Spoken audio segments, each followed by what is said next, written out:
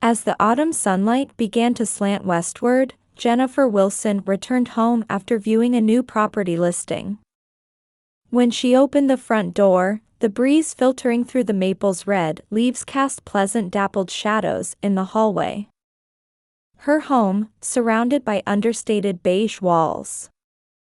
In the well-tended front yard, seasonal chrysanthemums bloomed in a variety of colors.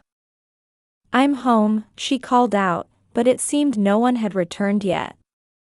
In the quiet house, she began preparing dinner as usual. As she took out ingredients for meatloaf from the refrigerator and arranged them on the counter, her eyes happened to fall on the family photos hanging on the wall. In one of the photos, April wore a beaming smile. It was taken the day she won the choir competition. A white blouse, black long skirt, and a gold medal gleaming on her chest. As Jennifer gazed at her daughter's proud expression, her hands stopped moving. Next to it was a photo from their family trip to the Mall of America. April and Nathan eating ice cream together happily. Breakfast at Caribou Coffee, shopping at Target, weekend memories at Southdale Center. Each photograph captured irreplaceable memories. 2 years had passed since then. The sudden farewell still cast a deep shadow over the family's hearts. Though the police concluded it was suicide, none of their explanations made sense. Her bright and energetic daughter, why would she go to the school rooftop? The thought alone made her chest tighten. But the family had been trying to recover in their own ways. Her husband Michael threw himself into work, while their son Nathan gradually returned to school while receiving psychological counseling. Their son, who had refused to attend school for the first few months, was now moving forward as a freshman at the same high school. Jennifer herself had emerged from her deep depression with support from the Christ Lutheran Church community. Wednesday Bible study, Sunday Mass, and the church quilting circle. Fellowship with her fellow believers had become her emotional support. She had shed many tears during sessions with the pastor, trying to gradually accept her daughter's departure through prayer. Still, at times, she fondly remembered April's singing voice and piano music that used to echo from her room. The kitchen timer's sound brought her back to reality. She took the hot dish out of the oven and set the table. The aroma of traditional tater tot casserole filled the kitchen. This recipe had been well received at the weekend church potluck party too. Just then, she heard the front door open. "I'm home." "Welcome back, Nathan." Jennifer smiled warmly at her son's voice as she placed the last dish on the table. Her son in his Eastridge High School uniform showed a slightly tired expression, but returned a gentle smile when he saw his mother's face. And as always, she set places for 4. One chair would remain eternally empty. It had become a place of quiet prayer. Dad should be home soon too. The evening light softly enveloped the room, and outside the window, maple leaves dyed in sunset colors swayed gently. The warmth of the heating rose pleasantly from the basement, wrapping the whole house in comfort. Seated at the table, they folded their hands in silence. Tonight too, they would engrave precious family memories in their hearts along with prayers of gratitude. One Friday afternoon, Jennifer was reviewing new property listings in her living room. A new construction in Eden Prairie. A 4-bedroom for young families. Looking at the photos, she naturally remembered when they had purchased their own home. The sound of cheerleader practice could be heard in the distance. Just like that day. Suddenly, the front door opened, followed by hurried footsteps. Looking at the clock, it was 4:10 p.m. It was still shortly after school had ended. Usually, Nathan would stay at school until around 6 p.m. for the math club. Nathan? What's wrong? The moment Jennifer saw her son, her heart leaped.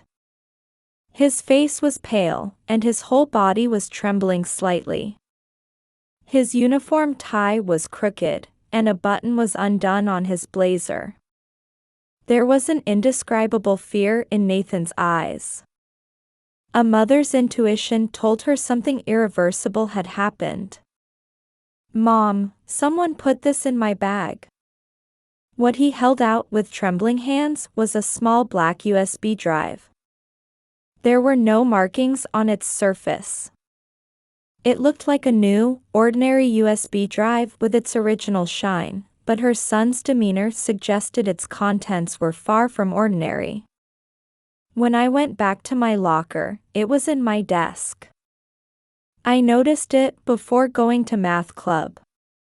Nathan's voice was hoarse, and his gaze wandered restlessly around the room. There wasn't a trace of his usual composure. She could see sweat dripping from his forehead. "Did you look at what's on it?" Her son shook his head. The gesture was tinged with fear and confusion. Jennifer felt an instinctive anxiety as she sat down at the living room desktop computer. She could see her own hands trembling slightly on the screen. Her heartbeat had become unnaturally rapid. When she inserted the USB, a folder opened automatically. The folder name was Truth. Those letters seemed to leap out at her with an unusual weight. Files lined up in the opened folder. Photos, videos, and PDF files arranged by date. At the top was the truth about April. The cursor hesitated slightly over it. Cold sweat seeped into her hand gripping the mouse. This couldn't be. The double-click sound felt unnaturally loud. Even the ticking of the clock seemed to echo like thunder. The next moment, what filled the screen was familiar handwriting. It was April's diary. Behind the neatly arranged letters, her daughter's suffering was visible. Those rounded letters characteristic of her. The small heart mark she always put above her I-S. Without doubt, these were records written by April's hand. Today too, I was called out by Ashley and the others. I don't want to go to school anymore. But I can't tell anyone. I don't want to worry Mom and Dad. Or Nathan. The pain embedded in each line pierced deep into the mother's heart. With each scroll, new shocks washed over her. The photo files showed April being subjected to violence. The video files included scenes of her being threatened. Everything had been meticulously recorded. Classrooms, hallways, behind the gymnasium. Familiar school scenes suddenly transformed into stages of brutal violence. Mom. April. Her son's muttered words seemed to come from far away. Though he should be right beside her, his voice seemed hazy, as if coming through a deep fog. Trembling fingers grasped her mobile phone. Her fingers dialing 911 felt like they belonged to someone else. The operator's voice echoed hazily, as if coming from underwater. Her own voice explaining the address and situation seemed to come from somewhere else. The clock hands marked time with an unusual heaviness. The doorbell rang 30 minutes later. 2 detectives stood there with grave expressions. The senior detective checked the USB's contents. His face gradually changed to a severe expression. The younger detective was quickly taking notes. "This will require reopening the investigation." There was a slight tinge of anger in the veteran detective's voice. As the evening light stretched shadows longer, an unusual tension enveloped the house. On the kitchen range, dinner preparation remained interrupted. The aroma of tater-tot casserole drifted strangely vivid. Everyone seemed frozen, as if time had stopped. Only the sound of the young detective carefully placing evidence in an envelope broke the silence. In Jennifer's mind, her daughter's smile and the horrifying images she had just seen flickered rapidly. The radiant expression in the church choir. The figure standing frightened in the hallway. The solo at the Christmas concert. The video of her sobbing. Memories and images mercilessly overlapped. That accident wasn't an accident after all. The muttered words made the room's atmosphere even heavier. Nathan remained silent, burying his face in his mother's shoulder. His back trembled slightly. Feeling her son's warmth, Jennifer repeated prayers in her mind. In the interrogation room at the Hennepin County Police Headquarters, Megan Parker, sitting in front of the large mirror embedded in the wall, had become almost unrecognizably thin. There wasn't a trace of her former cheerleader appearance. Wrapped in a black hoodie, she occasionally pulled at her sleeves unconsciously. The ice in the bottled water on the desk had melted untouched. "Will you tell us?" Senior Detective Thomas Riley quietly asked. In his 25-year career, he had handled numerous juvenile cases. However, few had shaken him as much as this one. Megan grabbed the water glass with trembling hands, took a sip, and closed her eyes. The sensation of water passing through her throat slightly eased her tension.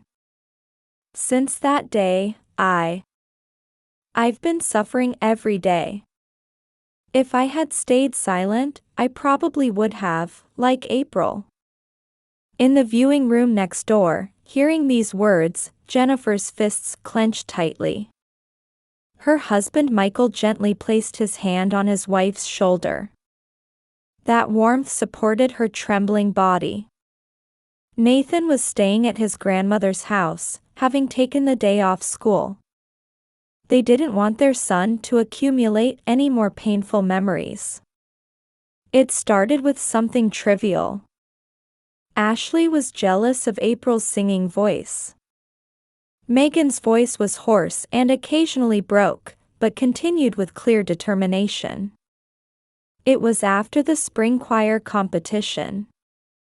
When April was chosen for the lead role, Megan's testimony revealed the horrifying truth. Ashley Collins, captain of the cheerleading squad and top student in their grade. Behind her perfect resume, she had been the mastermind of cruel bullying. Brittany handled the violence, and Caitlin managed the social media attacks. Samantha was the evidence elimination specialist. She had the teacher's trust and skillfully deflected any suspicions. Megan sighed deeply. I was the lookout. My role was to monitor if April tried to talk to anyone. I really wanted to stop it. But Ashley's terrifying gaze. I was afraid it would be turned on me too.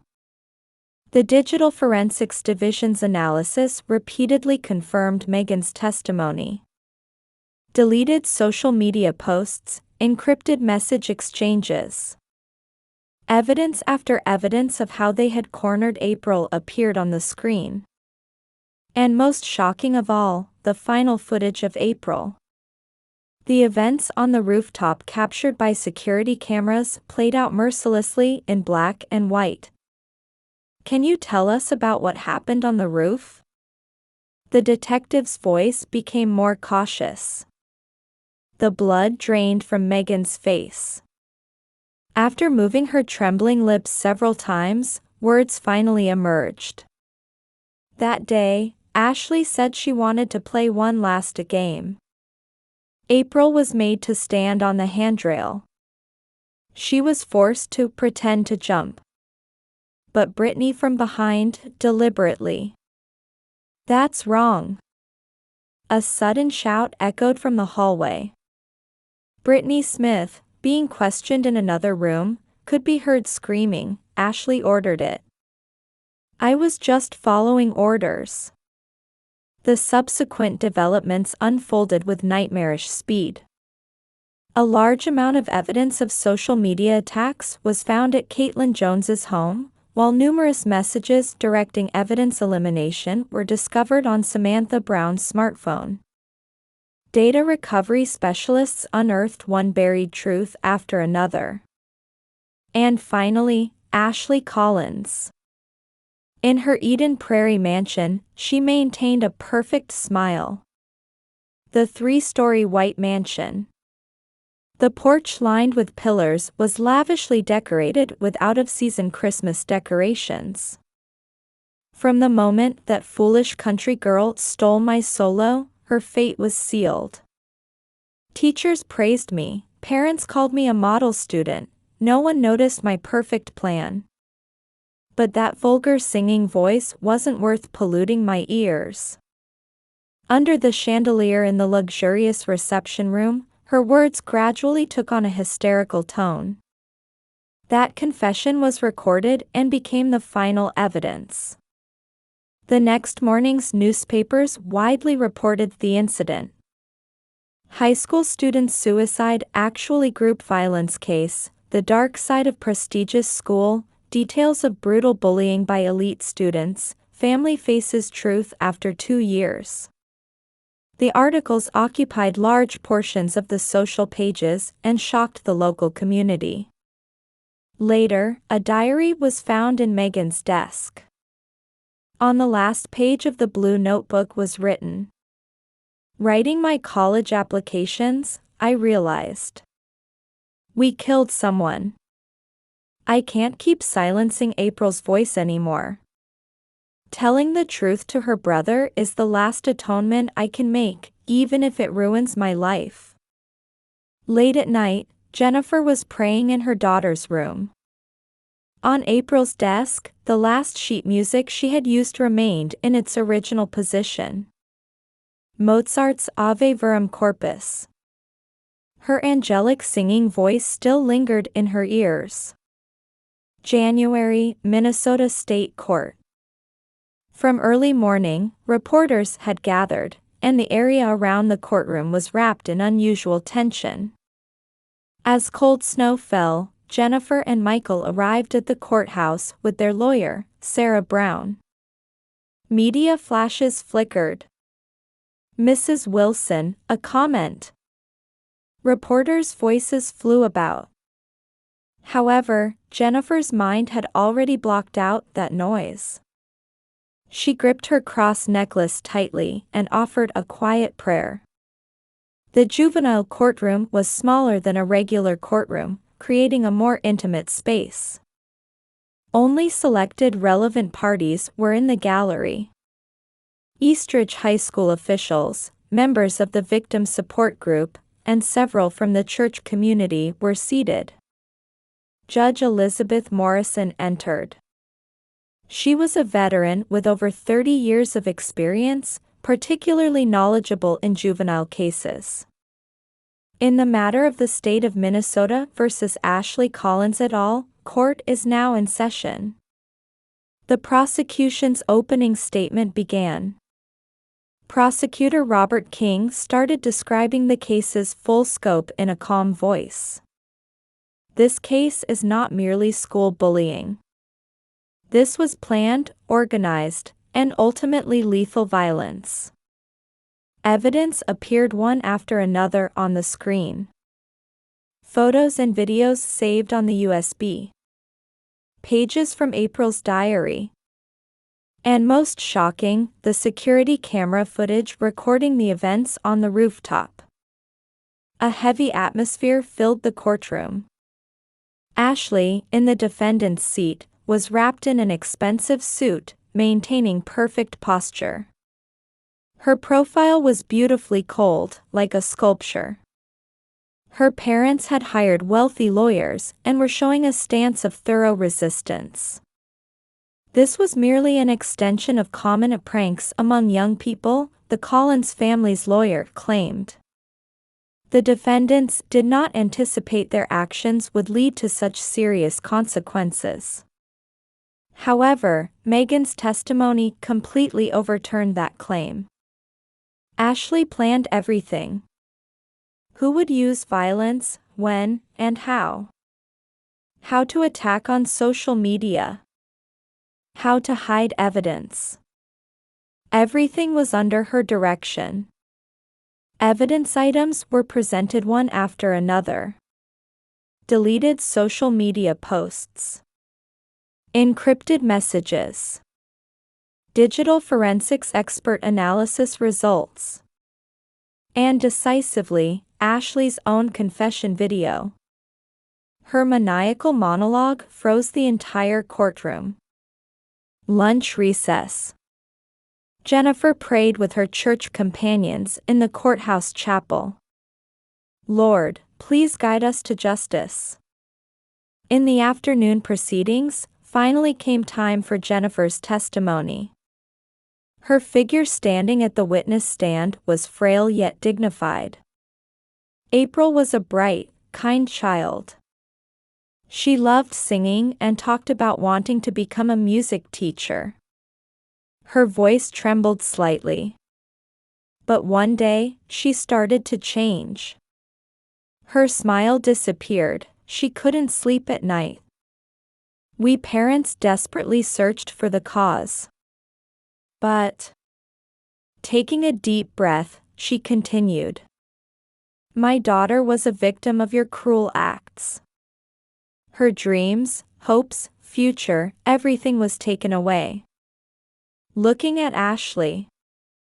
Revealing the truth is my final act of love for her. And to ensure such a tragedy never happens again. As she stepped down from the witness stand, someone in the gallery could be heard softly sobbing. After 3 days of proceedings, the time for judgment came. A tense atmosphere filled the courtroom. Defendant, Ashley Collins. Judge Morrison's voice resonated heavily. This is an extremely serious case.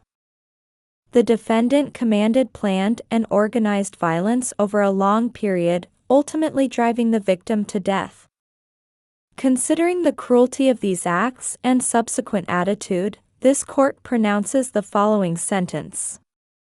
Commitment to juvenile detention. Furthermore, 7 years imprisonment upon reaching adulthood. Ashley's perfect mask crumbled for the first time. The other defendants received sentences according to their degree of involvement. Brittany, Caitlin, and Samantha received probation. Megan, who revealed the truth, was ordered to participate in a rehabilitation program centered on community service, in consideration of mitigating circumstances. After the sentencing, Ashley's mother confronted Jennifer in the hallway. Because of you, my daughter's life is ruined. However, Jennifer quietly responded, my daughter's life will never return. But this verdict might save new lives. That's what April would have wanted. As they left, the snow had stopped. Under the cold sky, on the courthouse steps, Martha Johnson, the victim support group leader, held a press conference. This verdict will be an important milestone in addressing school bullying issues. However, this is not the end. We will continue our activities to ensure such tragedies never happen again. At dusk, Jennifer visited Christ Lutheran Church with her family. Quietly praying before the altar, gazing at April's photo. My daughter, justice has been served. Your courage will protect children to come. Rest in peace. The setting sun through the church windows cast rainbow light through the stained glass. In it, April's smile seemed to faintly appear. One day in April, Jennifer was placing the first tulips of spring at April's grave. White and purple flowers swayed in the gentle breeze. April, your favorite season has come around again. Michael and Nathan were also offering quiet prayers. The morning sun cast soft light on the three family members. Cherry trees in the Eden Prairie Cemetery scattered pale pink petals. You know, April. Nathan joined the choir. Jennifer's voice brightened slightly. He says he'll sing for your part too. Nathan smiled, blushing slightly. The traces of the former introverted boy had faded, and he had grown into a strong high school sophomore. Just recently, he had performed Mozart's Ave Verum Corpus, the last piece April had sung, at the choir competition and received a special award. I want to carry on my sister's voice in my own way. There was no more hesitation in his voice. The wind swept through. At that moment, they heard footsteps approaching. Turning around, there stood Megan Parker. In her hand, she clutched an envelope. Mrs. Wilson. I came to deliver a letter. As part of her rehabilitation program, Megan had been continuing volunteer work at the local anti-bullying center. On weekends, she visits middle schools to share her experience and work to break the chain of bullying. Inside the envelope was a handwritten note. Dear Mrs. Wilson, I think about April every day. Since that day, my life has changed dramatically. While my days at the rehabilitation facility weren't easy, I understand that this is just the beginning of my atonement. Last week, I gave a lecture at a local middle school. Seeing the students' serious faces, I felt hope for the first time that my experience might help change someone's future. No amount of atonement, even over a lifetime, could be enough for April. But with her memory in my heart, I will continue my activities to help save others who are suffering from bullying. With sincere apologies. Megan Parker. A tear rolled down Jennifer's cheek as she finished reading the letter. Thank you, Megan. She smiled quietly.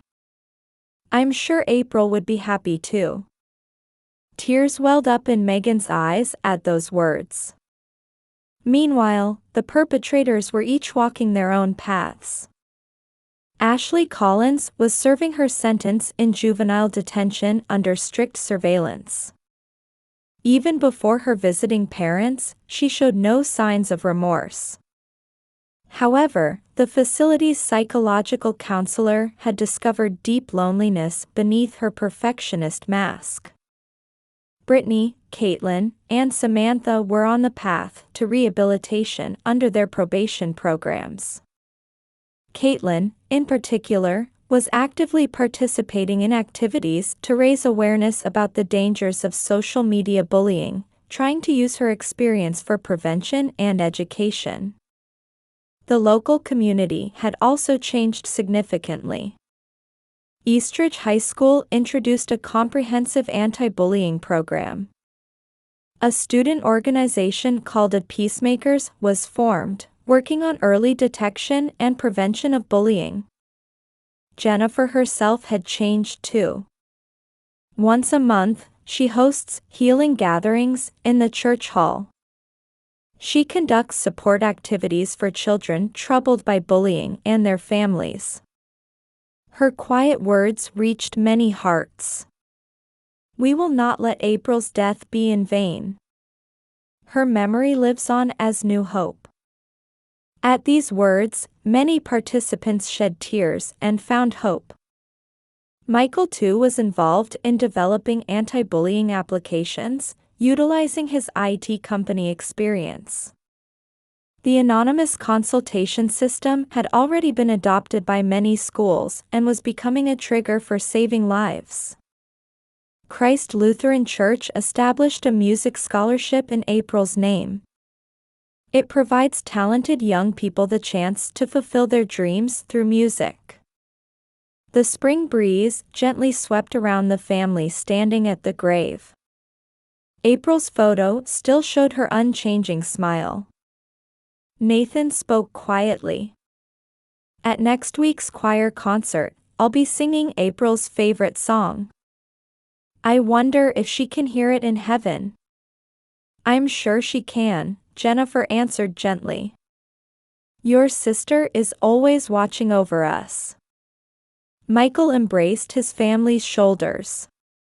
Come, let's go home. Tomorrow brings a new day. The three quietly left the cemetery.